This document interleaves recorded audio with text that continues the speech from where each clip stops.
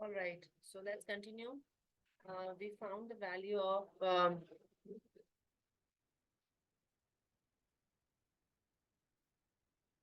minimum was 19, maximum 91, Q1, Q2 और Q3। तो मैं थोड़ा सा भूल रही हूँ क्या था, मैं जरा चेक कर लूँ पीछे। Q1 आया था 61, फिर 1 2 3 4 5 6 45, 61, 2 3, 1 2 3 4 5 6 73, 45 61 73, 45 61 73। ओके, 45 51 73, 51 और 61 क्या था? 61 था, ठीक है। 61 था, it's not 51, 61, ठीक है। So we were here, we found the minimum, maximum and Q1, Q2, Q3 from there। अब हमें इसका बॉक्स प्लॉट बनाना है। ये सवाल समझ लें आपके पास पेपर में आ गया है। अब आपने क्या करना है, इसको सबसे पहले आप एक स्ट्रेट लाइन, क्योंकि इसके लिए आपने ग्राफ पेपर नहीं इस्तेमाल करना है। अगर आप ग्राफ पेपर कर भी लेंगे तो फिर there is no issue. Graph paper पे बना रहे हैं आप तो ठीक है, बना लें ग्राफ पेपर पे। लेकिन ये कि ग्राफ पेपर पे नहीं बना रहे हैं आप, so what you do for that, you are first of all make a straight line, all right। Straight line बनाए, उस स्ट्रेट लाइन को फिर आपने मिनिमम से मैक्सिमम के दरमियान डिवाइड करना है। ठीक है, तो मुझे 19 से शुरू करना है और 51 तक जाना है। ठीक है, look at the huge range. अब आप इसके लिए क्या करेंगे, ठीक है। तो हम ऐसा करते हैं, हम मार्किंग जो शुरू करते हैं, हमें 19 से चाहिए तो ऑब्वियसली हम प्रॉपर नंबर से हम करते हैं। अगर मैं बल्कि मुझे थोड़ी सी लाइन और बड़ी बनाती हूँ ताकि मैं इसको वेल एक्सप्लेन कर सकूँ। ठीक है, सही है। चलो, अब हमने और बड़ी लाइन ले ली ताकि हम अच्छे से जरा इसको एलोब्रेट कर सके। मैं वो लेती हूँ, 15 ले लेती हूँ। Hindi ko na yun. Tumatalak ka doon. Hindi ko na nafsiyado yun. Tumatalak ka doon. Okay, 15 और ये 20 हो गया। अब मैं बिल्कुल इक्वल पहले गैप डाल देती हूँ। आपने ये काम भी स्केल से करना है, रूलर से करना है, ठीक है। रूलर से आपने इसके इक्वल गैप्स डाल देने हैं। ये जैसे मैं इस वक्त अंदाजे से लगा रही हूँ, आपने अंदाजे से नहीं लगाना है। You have to put the exact one. 15 है, ये 20 है, फिर 25 30 35 40 45 50 55 60 65 70 75 80 85 90 95। देखो कितना अच्छा एग्जैक्ट आया, क्योंकि मुझे 91 से जस्ट आगे की वैल्यू चाहिए थी, 95 आ गया। उसके बाद अब मैं इनके डॉट्स मार्क करूंगी, राइट। अच्छा, चूंकि मैं इसको इधर लिख लेती हूँ, it's Q1 is 45, Q2 is 61 and Q3 is 73। अब मैं इसको ये मिटा देती हूँ ताकि मेरे पास जगह खाली हो जाए। ठीक है, अब मैंने अगला काम क्या करना है, मैंने ये डॉट्स बनाने हैं। पहला मैंने बनाया 19 पे, तो 19 कहाँ आएगा, 20 है, 20 से जस्ट पहले। ठीक है, अब ये थोड़ा सा अप्रोक्सीमेट काम होगा। This is on 19। फिर अगला डॉट मेरा है 45 पे, ये 45 पे अगला डॉट आ गया। फिर 61 पे उससे अगला डॉट आ जाएगा 55। ये 65 है तो 60 है, तो 61 इससे जस्ट आगे होगा।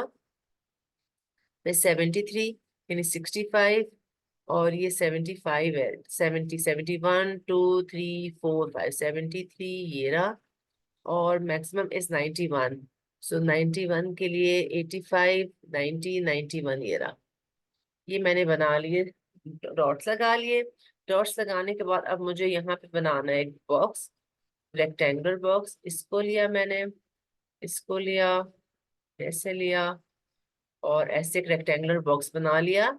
अपनी मर्जी से इसकी चौड़ाई यानी विड्थ ले लें। बहुत, मैं बार बार कह रही हूँ, बहुत मोटा हम नहीं बनाते, बस नॉर्मल मोटा बनाते हैं, ठीक है। जहां पे ये आ रहा है यहाँ पे भी स्ट्रेट लाइन बना दूंगी मैं। ये पहली लाइन मेरी किसकी, किसको रिप्रेजेंट कर रही है, Q1 को। आपको लिखने की जरूरत नहीं, मैं आपको सब बताने के लिए लिख रही हूँ। ये Q2 है और ये Q3 है। फिर आपने इस वाले को इससे मिला देना है, ये एक विस्कर बनाया आपने लोअर एंड पे और ये अपर एंड पे विस्कर बनाया, और ये आपने दोनों लाइनों को ऐसे जोड़ दिया। थोड़ा सा मतलब एक हल्का सा मार्क कर देते हैं विच इज शोइंग कि यहाँ से यहाँ तक जा रहा है। ठीक है, तो इस तरह आपने बनाना है बॉक्स एंड विस्कर प्लॉट। अब बॉक्स एंड विस्कर प्लॉट बता क्या रहा है, पहली चीज ये है जिसमें हम इसकी आपसे सबसे पहली बात पूछी जा सकती है कि ये क्या डिस्ट्रीब्यूशन शो कर रहा है। तो हमने एक चीज पढ़ी थी कि या तो अगर आपके पास डेटा इस तरह से होगा तो ये नॉर्मली डिस्ट्रीब्यूटेड है, या वो डेटा इस तरह से होगा तो ये पॉजिटिवली स्क्यूड है, और अगर वो डेटा आपका इस तरह से होगा तो ये नेगेटिवली स्क्यूड है। ऐसे ही पढ़ा था हमने, ठीक है। और ये आपका नॉर्मल है, यानी इस ये आपका सिमेट्रिकल है, सिमेट्रिकल है, ठीक है। तो अब इसमें अगर मैं देखूं, इसका फ्लो देखूं, तो ये यूं करके जा रहा है, ऊपर जा रहा है और फिर ये यूं आ रहा है। तो ये डेटा मेरा ऑलमोस्ट नॉर्मल डिस्ट्रीब्यूटेड है, यानी कि सिमेट्रिकल है, ये स्क्यूड मुझे नहीं लग रहा है। स्क्यूड उस वक्त होता है अगर Q2 मेरा इस तरफ आ जाता, ठीक है ना, एक मैं बॉक्स प्लॉट बना रही हूँ, यूं बनता, यूं बनता, ये यूं होता, ये था, और ये कुछ इस तरह होता। तो अब अगर देखा जाए तो ये मेरा कौन सा बन रहा है, नेगेटिवली स्क्यूड बन रहा है, ठीक है। तो ये इस वक्त ऐसा नहीं है। तो पहली चीज तो आपको ये बतानी होती है कि वो पॉजिटिवली स्क्यूड है, नेगेटिवली है, या सिमेट्रिकल है, right.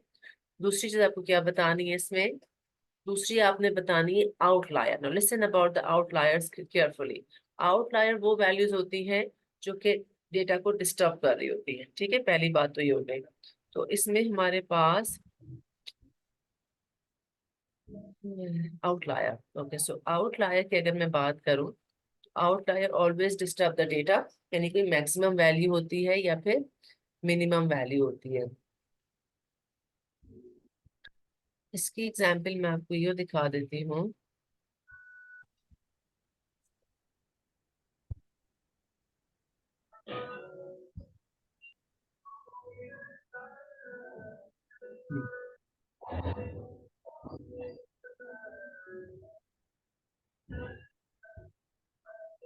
Okay, look at this. The outlier is an extremely high और an extremely low data when value when compared with the rest of the data। तो अगर कभी कोई बहुत एक्सट्रीम एंड पे ज्यादा सारी बड़ी सी वैल्यू मौजूद है, ये लोअर एंड पे एक बहुत ही छोटी वैल्यू मौजूद है जो डेटा से बहुत डाइवर्ट कर रही है, हट क्यों है, दैट इज आउटलायर। अब पता कैसे चलेगा कि हमारे डेटा में आउटलायर है। जैसे मेरे पास अगर ये 5 वैल्यू हैं या कुछ इतनी वैल्यू, कितनी, 1 2 3 4 5 6 7 8 वैल्यूज हैं, तो क्या 8 वैल्यू में सबसे छोटी मिनिमम वैल्यू 5 है, मैक्सिमम 50 है? तो कहीं ऐसा तो नहीं 50 लोअर एंड पे आउटलायर हो, और 5, सॉरी 5 जो है लोअर एंड पे आउटलायर हो, और 50 जो है वो अपर एंड पे आउटलायर हो? कहीं ऐसा तो नहीं है। तो इस आउटलायर को मैं कैसे चेक करूंगी, इस आउटलायर को मैं चेक करूंगी इस फार्मूले के तहत। What is the formula, this is the formula, ये फार्मूला है। पहला फार्मूला है, ये सही कलर, चीरता हुआ कलर, Q1 माइनस 1.5 IQR और Q3 प्लस 1.5 IQR। पहली बात यह है IQR क्या है, इंटरक्वार्टाइल रेंज। इंटरक्वार्टाइल रेंज क्या होती है, Q3 माइनस Q1।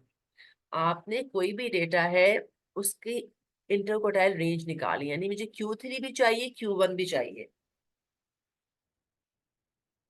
अब अगर ये मैं छोटा सा डेटा ले लूं जिसमें 1 2 3 4 5 6 7 8 वैल्यूज मौजूद हैं, तो 8 का आधा तो आ गया, ये this is a half, this is the half of the 8 values. इस वाले का आधा मजीद आ गया ये, तो यहां से मेरे पास Q1 आ जाएगा which is going to be 9 हो जाएगा, हाँ 9 हो जाएगा, ठीक है। और इसका आधा मेरे पास Q3 हो जाएगा। तो Q3 क्या हो जाएगा भाई, 18 और 22 का आधा क्या है, 20। सही है, समझ आया है 9 और 20 कैसे आया है। 9 मेरे पास ऐसे आया है कि मैंने 6 प्लस 12 डिवाइड बाई 2 कर दिया, ठीक है। तो ये मेरे पास हो गया 28 डिवाइड बाई 2 विच इज 14। गलत नहीं हो रहा कुछ, 14 कहाँ से आ गया? नहीं, इट्स 18, ये 9 हो गया ना, ठीक है। और इसी तरीके से Q3 के लिए मैंने यही काम किया, तो Q3 क्या हो जाएगा, 18 + 22 ÷ 2, राइट। और मैंने इस तरह से सोचा कि 18, 19, 20, 21, 22, तो ऑब्वियसली इन दोनों का बिल्कुल मिडवे क्या आ रहा है, 20, तो मैंने इस तरह 20 लिख लिया, मेरे पास Q1 Q3 आ गया। तो अब मैं इंटर क्वार्टाइल रेंज इसकी निकाल सकती हूँ, वो बन गई मेरी 20 - 9, so that is 11। 11 is the inter quartile range of this data.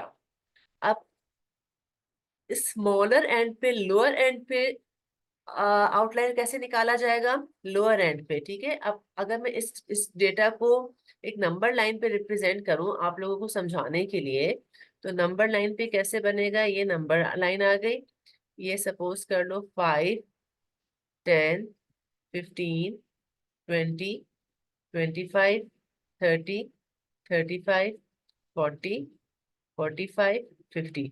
अब डेटा की कौन कौन सी पोजीशंस हैं, let's check out their position. Data की जो पोजीशंस आ रही हैं, पहली वैल्यू 5 है, फिर 6 है, फिर 12 है, 12 इज हियर, 13 भी इधर ही होगी, 15 इधर है, फिर 18 इधर होगा, 22, 22 समवेयर हियर, 50 हियर। वैसे तो तुम्हें नजर आ रहा है आउटलायर क्या है, मुझे तो नजर आ रहा है आउटलायर इज 50, ठीक है ना, 50 इज डेफिनेटली आउटलायर है। तो क्या बाउंड्री होनी चाहिए थी इस डेटा की, कि यहाँ से लेके यहाँ तक अगर डेटा की वैल्यू होती, यानी हमारे पास कोई भी वैल्यू होती है, हम उसे आउटलायर कंसीडर नहीं करते। So that will be calculated through my this formula, Q1 - 1.5। ये 1.5 कहाँ से आया, ये फार्मूले का हिस्सा, डोंट गो इन डिटेल, ठीक है। तो Q1 में से हम माइनस करते हैं, Q3 में हम प्लस करते हैं, क्योंकि Q3 आपका अपर तरफ मिलता है और Q1 आपका लोअर तरफ मिलता है। तो Q1 मेरा क्या था, 9 था, तो 9 - 1.5 इंटू 11, ये मेरे पास लोअर लोअर आउटर आउटलायर की वैल्यू दे देगा, लोअर रेंज की आउटलायर की वैल्यू दे देगा, ठीक है। तो जरा इसको आप कैलकुलेटर में डालें, क्या आंसर आ रहा है, मैं भी डालती हूँ। ऑल्दो आंसर नीचे लिखा हुआ है, लेकिन मैं उसको नहीं देखना चाह रही, हम खुद कर रहे हैं सवाल को। तो calculator, it's 1.5 multiplied by 11, and that answer is 16.5. 16.5 है, ओके। सो 9 - 16.5, तो ये -7.5 आ गया। इसका आंसर क्या आया है, -7.5 आया है। अच्छा, अब इस वाले का आंसर देखते हैं हम। तो इस वाले का आंसर जो है, यानी इसका आंसर जो है, Q3 कितना है, Q3 मेरे पास है 20, प्लस करना है इसमें 1.5 टाइम्स 11, तो ये हो जाएगा 20 + 1.5 टाइम्स 11, तो ये 36.5 आ गया, सही है। ये मेरे पास 36.5 आया है, और ये मेरे पास -7.5 आया है।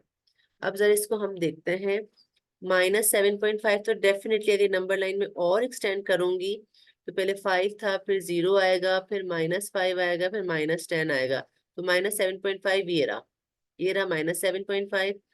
और 36.5 किधर आ रहा है, 36 इधर आ रहा है, 36.5 इधर आ रहा है। तो एक्चुअली जो ये मेरे पास रेंज आई है ना, यानी -7.5 से लेके 36.5 के दरमियान की जो रेंज आई है, ठीक है, इस रेंज में मेरे पास जो भी डेटा मौजूद होगा इससे रिलेटेड, वो आउटलायर नहीं होगा। अगर -7.5 से कम होगा कुछ तो वो आउटलायर होगा, और अगर 36.5 से ज्यादा होगा तो वो आउटलायर होगा। तो अब इस वाले सवाल में आउटलायर क्या है, 50 है, ठीक है। 50 इसका मतलब है एक डिस्टर्बिंग वैल्यू है, ये डेटा को डिस्टर्ब करेगी, हम आगे जितनी वर्किंग करेंगे उसमें ये डिस्टर्ब करेगी उसको, और उसका कोई भी हम आंसर निकालेंगे। यहाँ तक बात समझ आ गई है। अब इसकी वर्किंग देख लेते हैं, थोड़ा सा मैं क्लियर कर लूँ। मैंने स्क्रीन जो जितना कुछ लिखा हुआ है रिकॉर्डिंग में तो जा ही रहा है, इमेज भी इसकी मैंने ले लिया है, मैं भी आपको क्लास एंड होने के बाद भेजती हूँ, ठीक है। तो अब जरा इसका ये देखें, इसने निकाला है -7.5, 36.5 ये आ गया। और इसने इसका बॉक्स प्लॉट नहीं बनाया। अगर वो बॉक्स प्लॉट बनाता तो अब बॉक्स प्लॉट बनाते वो कैसे बनाता है इसको।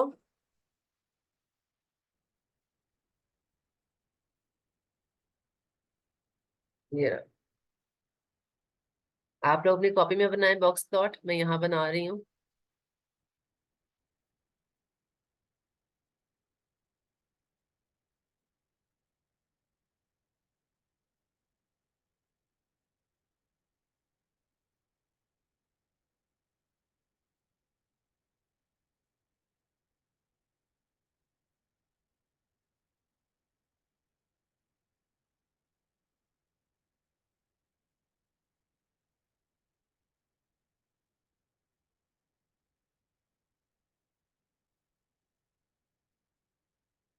ये बाकी लाइन बनाने की जरूरत नहीं है, ठीक है। ओके, काम करती हूँ मैं।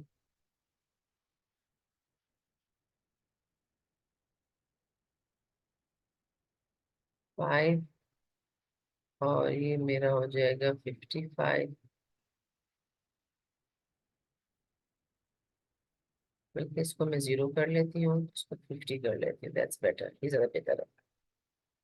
तो 10, 20, 30, 40, 50 अब सही है। ये 10 हो गया, 20 हो गया, 30 है, 40, 50। तो ये मेरे पास मिनिमम वैल्यू कहाँ आई थी? मिनिमम इस 5, ये 5 पे आया। Q1 मेरा था, Q1 क्या था भाई? 9 था, ये 9 था। फिर Q3 20 था, और ये मेरे पास ये था। यहाँ मैंने बनाया बॉक्स, ये मैंने ऐसे बनाया। और फिलहाल मैंने ये ऐसे बनाया। फिलहाल अभी मैं इसमें क्या चेंज करूंगी आपको बताती हूँ, ठीक है। Q2 क्या आएगा? Q2 भी देख लेते हैं। 1 2 3 4, 1 2 3 4। तो 13 + 15 डिवाइडेड बाय 2। तो 5 6 7 8, 28, इस 14। हाँ जारी बात, 13 14 15 14 है ना। तो ये 15, ये 14, ये Q2 आ गया। ये मैंने बना लिया बॉक्स प्लॉट। अब चूंकि मैंने आउटलायर निकाला था, आउटलायर की वर्किंग दिखाई -7.5, -7.5 इसमें मिनिमम से बहुत पीछे आ रही, तो मुझे इसको कहीं पे भी यहाँ शो करने की जरूरत नहीं है। लेकिन ये 36.5 पे एंड हो रहा है, आपने यहाँ से 36.5 ढूंढना है। यहाँ 35 होगा, 36 36.5 यहाँ आएगा, ठीक है। आपने यहाँ करना है, इस विस्कर को आपने यहाँ एंड करना है, इस वाली लाइन को आपने मिटा देना है, इस लाइन को मिटाना है आपने। और यहाँ पे आपने जो मैक्सिमम वैल्यू आ रही है, उस मैक्सिमम वैल्यू पे आपने ऐसे क्रॉस शो करना है। तो यूं हम बनाते हैं बॉक्स एंड विस्कर प्लॉट, अगर वहां डेटा में कोई मैक्सिमम आ रहा हो। अच्छा, अब सपोज करो इस डेटा में मैं एज्यूम कर रही हूँ एक और वैल्यू है, वो 48 भी है, ठीक है ना। और ये सारी वही कैलकुलेशन के बाद हमारा आउटर पार्ट क्या आ रहा है? 36.5 ही आ रहा है। तो हम यहाँ करके जो अगले जितने भी मेरे आउटलायर हो गए, जैसे 48 आउटलायर है, तो मैं 48 का भी यहाँ शो करूंगी और एक क्रॉस बना दूंगी। अगर सपोज कर लो कि ये भी मेरी, मुझे पता था ना कि -7.5 मेरी बाउंड्री है। और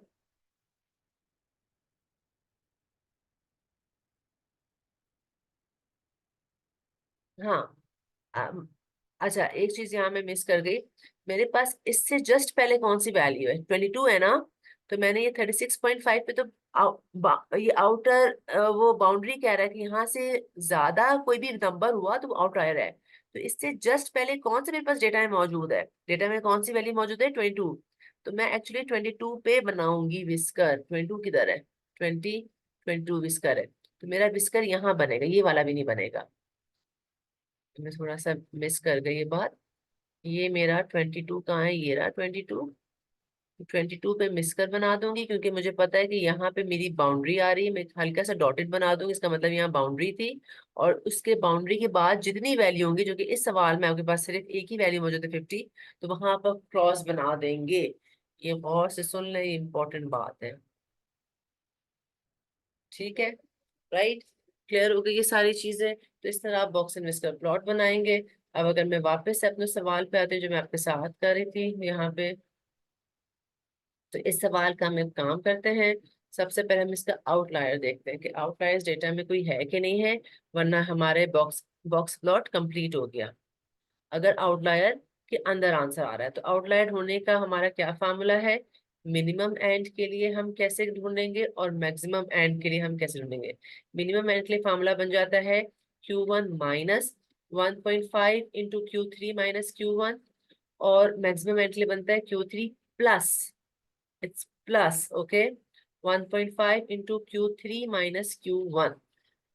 वैल्यूज आ रहे हैं, यहाँ बनेगी आपकी 45 माइनस 1.5 इंटू 73 माइनस 45, और यहाँ बन जाएगी आपकी 73 प्लस 1.5 इंटू 75। 73 है ना, नॉट 5 ना, तो 73 लिखूँ मैं यहाँ, 73 माइनस 45। चलो जी, अब इसको कैलकुलेट करो जरा, अपने पास करें, मैं यहाँ करती हूँ। 45 minus 1.5 and then the bracket 73 minus 45। इसका आंसर इज 3, मेरे पास तो 3 आ रहा है इसका आंसर, आप भी देख लें यही आ रहा है 3। और अगली के लिए मुझे करना पड़ेगा 73 प्लस 1.5 मल्टीप्लाई विद 73 माइनस 45, 115। इसका आंसर आ रहा है 115। ठीक है, आई होप मैं सही मल्टीप्लाई डिवाइड करी, मैं कैलकुलेट मोबाइल से, आई एम नेवर इजी, मैं मोबाइल का कैलकुलेटर यूज कर रही हूँ। So anyways, so I have now, ये 3 किधर आएगा, 3 डेफिनेटली यहाँ, मेरा मिनिमम वैल्यू क्या आ रही है, 19 है, 19 पे मैंने मिनिमम थी, तो 3 कहाँ जाएगी, इधर कहीं होगी। तो हम सेफ रेंज में, कोई भी डेटा ऐसा नहीं जिससे 3 से छोटा हो, और मैक्सिमम क्या जा रहा है 115, मेरे पास मैक्सिमम क्या है 91, 115 इससे कहीं आगे जाके आ रहा है, तो हम इधर भी सेफ रेंज में। तो इस वाले सवाल में आपके पास कोई भी आउटलायर नहीं है, आपने आउटलायर निकाला जरूर है, लेकिन इस सवाल में कोई भी आपके पास आउटलायर मौजूद नहीं है। ठीक है, क्लियर हो गया यहाँ तक बात। अच्छा जनाब, अब मैं आ जाती हूँ इसके एनालिसिस पे very quickly, because now that part is very clear to you. तो फॉर एनालिसिस, किधर गया, let's share this screen again।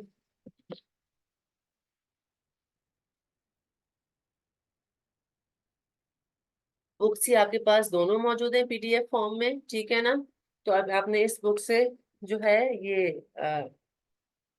PDF का पेज नंबर 50 की भी हम काम कर रहे हैं, 50 के आगे पीछे कर रहे हैं काम। ओके, अब एनालिसिस देख लें जरा जल्दी से इसकी। Okay, let's look this question. ये जो हमने वो जो गर्ल्स मार्क्स और बॉयज मार्क्स से निकालते हैं, बॉयज मार्क्स का कोटा, ये बॉयज मार्क्स का बना था बॉक्स प्लॉट, और इसी तरीके से उन्होंने गर्ल्स मार्क्स का बॉक्स प्लॉट बनाया है जो कि ये बना है। ठीक है, तो अब वो कर क्या रहा है, इसके दरमियान जो है वो कंपेयर कर रहा है। तो उसने इसी प्लॉट को जो है वर्टिकली बना दिया ताकि वो आपस में इनको कंपेयर कर सके। आप ना बनाए वर्टिकली, आप हॉरिजॉन्टल बना लें, एक ही नंबर लाइन पे, एक ही नंबर लाइन पे आपने पहले इसका बॉयज का मिनिमम मैक्सिमम निकाला और बॉक्स प्लॉट बनाया, फिर गर्ल्स का मिनिमम मैक्सिमम और बॉक्स प्लॉट बनाया। तो इससे एनालिसिस क्या हमारे पास आए, the box and whisker diagram और बॉक्स प्लॉट। किसी का माइक खुला है, माइक बंद कर दें।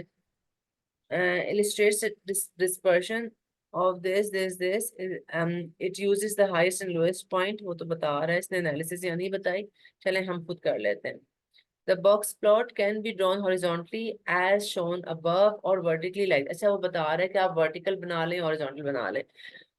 अब जनाब, ये आउट ऑफ 100 था, जरा अब आप देखें और मुझे बताते जाए, हम क्लास में होते तो, बल्कि आप माइक खोल के अगर बताना चाहें कोई तो बताते जाए मुझे, नो इशू विद दैट। मुझे ये देखें जो इसमें हमारे पास ये गर्ल्स के और जो, सॉरी, जो आ रहे हैं, अब अगर मैं आपसे एनालिसिस करने को कहूँ कि इस पे आप एनालिसिस करें, दोनों के मार्क्स को कंपेयर करें, तो बड़ा साफ नजर आ रहा है कि गर्ल्स ने जो है वो मैक्सिमम मार्क्स गर्ल्स के हैं, ठीक है ना, और मिनिमम मार्क बॉय के हैं। सही कह रही हूँ मैं? मैक्सिमम मार्क्स जो हैं वो गर्ल के हैं, और जो सबसे नीचे तक जा रहे हैं मिनिमम मार्क्स बॉय बॉय के हैं, ठीक है ना। क्योंकि जो गर्ल का मिनिमम है उससे ज्यादा मिनिमम बॉय का है, जो बॉयज का मैक्सिमम है उससे ज्यादा गर्ल्स का मैक्सिमम है। अगर मैं डिस्ट्रीब्यूशन देखूं, ये यूं करके बन रही है और ये यूं बन रही है। बॉयज का जो डिस्ट्रीब्यूशन है वो ऑलमोस्ट इक्वली डिस्ट्रीब्यूटेड है, यानी कि ऑन एवरेज अगर उनकी क्लास में जो भी उसका मीडियन निकला है, जितने उससे ज्यादा मार्क्स लिए मीडियन से, उतने ही उससे कम मार्क्स भी लिए, इक्वल है। गर्ल्स का थोड़ा जो है वो डेटा पॉजिटिवली स्क्यूड लग रहा है, यानी ज्यादातर लड़कियों ने जो है मैक्सिमम मार्क्स की तरफ जो है ज्यादा, या कह लो जो मीडियन मार्क्स था, एवरेज मार्क्स थे, उससे थोड़ा ज्यादा यहाँ पे ज्यादा कंजेस्टेड है, और यहाँ स्प्रेड है। इसका मतलब है ज्यादा लड़कियों ने जो है एवरेज नंबर से ज्यादा मार्क्स लिए हैं, ठीक है ना। तो इस तरह की आप एनालिसिस दे सकते हैं इसमें। फिर आ जाता है एक और एनालिसिस वाला सवाल, देख लें, जो कि बड़ा अच्छा था इसमें। हाँ, ये वाला मुझे अच्छा लगता है। इसमें उसने डेटा दे दिया है गर्ल्स और बॉयज का, ये भी आई थिंक उसकी कोई गेम्स का था या कोई था कि कंप्यूटर की स्ट्राइक का था। हाँ, जरा इसको रीड करें quickly. A class of pupil played a computer game which tested how quickly they reacted to a visual instruction to press a particular key। कोई particular key बना प्रेस करने में कितना क्विकली दबाते हैं, उस पे जो है वो ये इनकी एनालिसिस थी। जैसे नहीं कि आपका मैं कोई भी थीम दूं, मेरे को जो सबसे पहले आंसर कर दे, जो क्विकली प्रेस करे बटन, तो उस पे उन्होंने ये डेटा लिया है कि कितने सेकंड्स में कर रहे हैं। The computer measures their reaction times in tenth of the second and store a record of the sex and reaction time of each pupil. Then ये girls का कितना है, boys का कितना है, हर एक का उसका median, lower, upper quartile, minimum, maximum. All right? तो अब हमने इसका क्या करना है, फाइनली इट इज डिस्प्लेड। उसका क्वार्टाइल बना लिया, इन्होंने बना दिया आपको, मतलब आपने बना लिया इसका। अब इसको एनालिसिस करना है, right a brief comparison of a performance. अब से देखें, आपने इसको इसका रिजल्ट को कैसे बताना है, आपने इसके रिजल्ट को आपने से बनाया टिपिकल मीडियन। मीडियन दोनों का एक ही नंबर लाइन का मैंने आगे भी शो किया। मीडियन दोनों का एक ही जगह पर आ रहा है। The typical median reaction time for boys and girls is the same, जो कि था 1 सेकेंड, ठीक है ना, क्योंकि उसने टेंथ में लिया है ना। Okay. However, the times for the boys are more evenly distributed। वही बात है, बॉयज का जो टाइम है वो evenly distributed है, और गर्ल्स का थोड़ा सा positively skewed आ रहा है। There is a bigger spread of time for girls and their distribution is positively skewed। Girls का ज्यादा, देखिए कितना skewed कर रहा है। skewed का मतलब ये आ रहा है यहाँ पे कि वो उन्होंने उन्होंने जो टाइम क्लिकिंग में लगाया है ना, ये देख, ये कितना आगे तक जा रहा है। क्योंकि आपका इंटर क्वार्टाइल रेंज क्या बता रहा होता है, almost 50% of the data falls here. जैसे 50% of whole data falls here, यहाँ से लेकर यहाँ तक। तो इस 50% में जो आपकी मेजोरिटी जो है वो इतना ज्यादा टाइम भी ले रही है गर्ल्स, यानी उनका रिएक्शन टाइम जो होता है ना वो स्लो है, क्विक नहीं है कि जल्दी से प्रेस किया बटन, ठीक है। बॉयज इसके मामले में क्विक है। In general the boys have the faster reaction time. उनका जो होता है, जो उन्होंने सवाल समझा, एनालिसिस किया और धड़ से बटन दबाया उसके जवाब देने के लिए, बॉयज व फास्टर, गर्ल्स बड़ा स्लो चल रही थी। और ओवरऑल जो उनका हमारे पास 50% डेटा है, उसमें भी हमने देखा कि वो थोड़ा उनका रिएक्शन टाइम स्लो ही है एज कंपेयर टू बॉयज। तो बॉयज का ना सिर्फ जो बेस्ट वाला जो है, जिसने बेस्ट टाइमिंग में क्लिक किया है, वो सबसे ज्यादा है, बल्कि गर्ल्स स्लो भी हैं। ये शो कर रहा है कि वो स्लो रिएक्शन टाइम इनका होता है। और ये मिनिमम भी विस्कर जो है इनका ज्यादा आगे तक जा रहा है। जो बॉयज जितने भी थे, 20 बॉयज थे, 30 बॉयज थे, उनमें सबसे स्लो जो रिएक्शन टाइम था वो भी 1 मिनट 1.6 सेकंड का था, लेकिन गर्ल्स ने जो है वो 1.9 सेकंड लिए आंसर देने में, ये जवाब देने में, जो भी। हाँ जी, ठीक है, यहाँ तक बात समझ आ गई है। क्लास खत्म भी होने वाली है, इसमें हम क्विकली एक सवाल कर लेते हैं ताकि आपका ये हाथ सेट हो जाए। अब मैं आपसे सिर्फ एक क्लास और लूंगी, लेकिन देखिए आज इस दफा मैंने जूम की 2 मीटिंग कनेक्ट की हैं, ठीक है। जरा मैं एक सेकेंड, टाइम खत्म होने से पहले जो जरूरी काम है वो कर लूँ। मैंने यहाँ पे आपकी जो है वो आ, अभी 2 जूम की मीटिंग ली है, अगली में एक लूंगी जिसमें we will discuss about the paper pattern all that, okay. अच्छा, तो कब लूंगी मैं आपको बता दूंगी कि I will connect on that, अपना व्हाट्सएप पे, वहां पे मैं बता दूंगी आपको।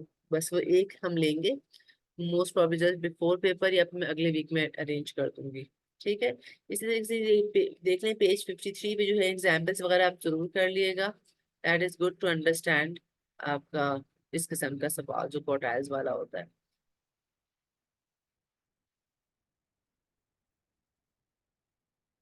वन क्वेश्चन विच आई,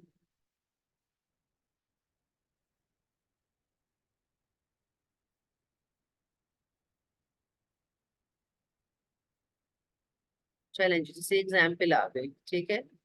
एक मिनट जरा,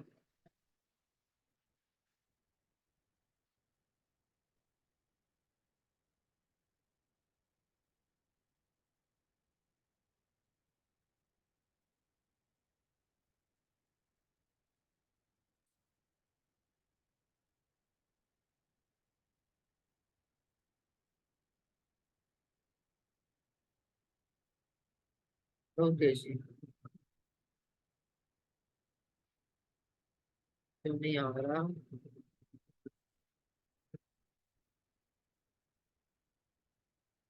आपको क्या नजर आ रहा है इस वक्त स्क्रीन पे? हाँ, ये आ गया ना पेज, ठीक है।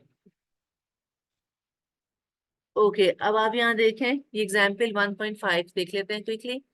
यहाँ पे आपके पास ये डेटा गिवन है, और इस डेटा से उसने कहा है कि by using the value of quartiles illustrate your results in the box plot. तो सबसे पहले आपने इस डेटा से क्या निकालना है, Q1 Q2 और Q3 निकालना है, मिनिमम और मैक्सिमम भी, ठीक है। और फिर उसके बाद आपने इसकी आउटलायर्स भी बताने हैं। ये सब काम आपने, अगर बॉक्स प्लॉट का सवाल आ गया तो आपने सारे काम करने हैं। Go through this examples, these are important examples. वही हमने काम किया। इसमें मिनिमम वैल्यू जो है वो 57 है, मैक्सिमम जो है वो 94 है। ये इसका Q1 इसका है 66, Q2 इसका है 73, और जो, सॉरी, 70 इस Q2 और 73 इस Q3, ठीक है। और उसके बाद हमने इसका बॉक्स प्लॉट बनाया। बॉक्स प्लॉट में आपने आउटलायर को बताना है। वो अगर अक्सर सवालों में बोल देता है कि फाइंड आउटलायर, अगर वो नहीं भी कह रहे तो इट्स बेटर अगर आप आउटलायर इसका निकालें और वो आप उसको बताएं, ठीक है। तो ये जितनी एग्जाम्पल्स हैं इसको जरूर कर लिएगा, इसी बुक से सवाल जो है वो देख लिएगा। That is a good for practice, सही है। अब किसी ने कोई सवाल पूछा तो बता दें, otherwise I am finishing the class. Attendance मैंने आप लोगों को भेज दी है, जो आई हुई है वो मैं आपकी अभी मैंने आपको व्हाट्सएप कर दिया ना, टू मार्क दैट। कोई सवाल नहीं है? That's it. Present ma'am. Present. तो मैं पूछ रही हूँ सवाल क्या है।